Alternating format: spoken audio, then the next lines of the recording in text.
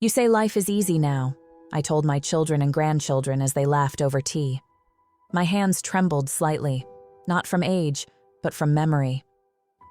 Maybe it is, for you. When I was young, our village stood between paddy fields and the sea. People think such places are beautiful. They forget that beauty can also trap you. We were 5 girls, always 5.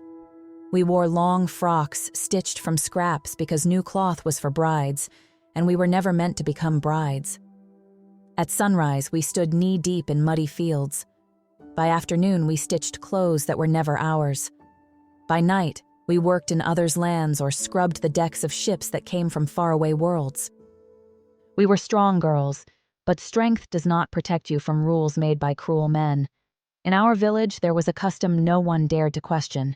If a girl did not marry before 25, she belonged to the village headman.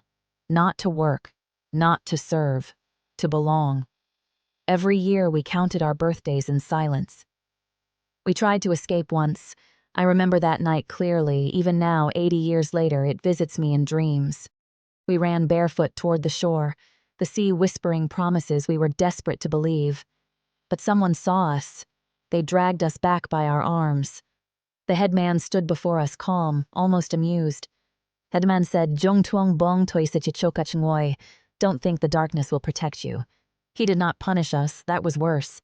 He turned to our families. Headman said, "Lan sao kong fai kach ko gai ne, ma la jia jin ho." Next time, it won't be the girls. It will be their families. That night, we cried without sound. I remember whispering to the others. I said, "Tudukong mon chung ta" means freedom doesn't want us. For a long time, we stopped dreaming. And then came the ship, an old wooden vessel anchored near our village, owned by an African man named Kofi and his French wife Elise, who carried a child within her. She surprised us. She spoke our language, slowly, gently. Elise said, "Kachiem met lam phai kong," means, "You are very tired, aren't you?" No one had ever asked us that. We worked on the ship, cleaning, stitching sails, lifting loads.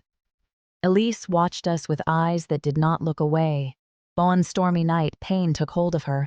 The sea roared like it knew something was changing. We stayed with her in the cabin, holding her hands, singing songs our mothers once sang before fear replaced lullabies. Elise, crying, said, "Toiso," means, "I'm afraid." One of us told her, "Jungso, chung toi ojai," means, "Don't be afraid. We are here." When her baby cried, strong, loud, alive, something broke open inside all of us. Later, when the ship was quiet, she asked about our lives. We told her everything. The rule, the warning, the failed escape. She was silent for a long time. Then Elise said, "Lan nai chung ta siji that sha," means, "This time we will go very far." We went home that night. We told our families the truth. This time no one begged us to stay. My mother tied my hair gently, like she did when I was a child. My mother said, "Songji, du o jiao," means, "Live, wherever you are." My father stood at the edge of the road till dawn, watching for danger. Fear still lived with us. But love stood beside it. The ship left without sound. We stood on the deck with small bundles, nothing else. As the village disappeared, one of the girls whispered, "Chung ta kong che tron," means, "We are not running." Another answered, "Chung ta jang song," means, "We are choosing to live." The sea carried us. It did not look back. In France, we learned new work. While the baby slept, Elise taught us weaving and crochet. Our hands, trained by hardship, understood patience. We made lace, soft as mercy, strong as survival. People came to see it. They called us the Lace Girls.